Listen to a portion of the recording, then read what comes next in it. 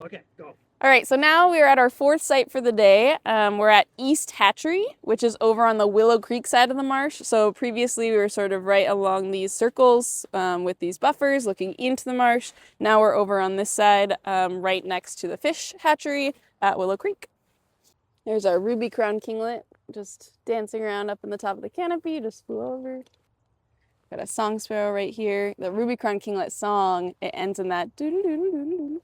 So at this site, a lot of the ID comes from song and calls of birds, just because there's a lot higher canopy. Kind of the distribution of birds here seems to be more in the trees, but then I'll do kind of a full sweep in more of the kind of understory and see what I can actually see. We've reached our fifth site for the day, and we're at Hatchery West, which is really, as you can see, tucked right into the marsh, so we're right at that orange point. Yeah, we'll go ahead and get started. We have a lot of sort of a reed bed here, and then surrounded by neighboring canopy forest. And we have a nice red-tailed hawk that's greeting us. That I haven't actually seen it, but nests in the area because it tends to harass me here during the breeding season.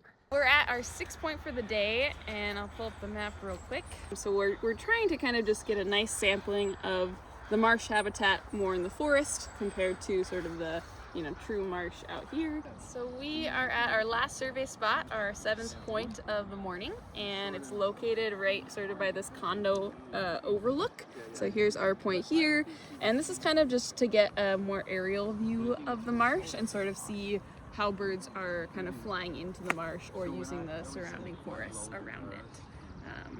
And that'll be our last point of the morning. One more question. Okay. As you're doing your surveys, you have multiple points around the marsh.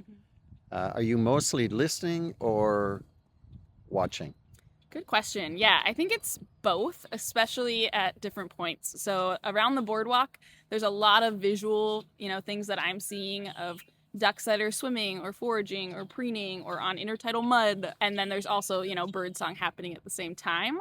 So it's getting counts and, identification of the water birds and wading birds that aren't necessarily calling or singing, but then also, listening to the songbirds too.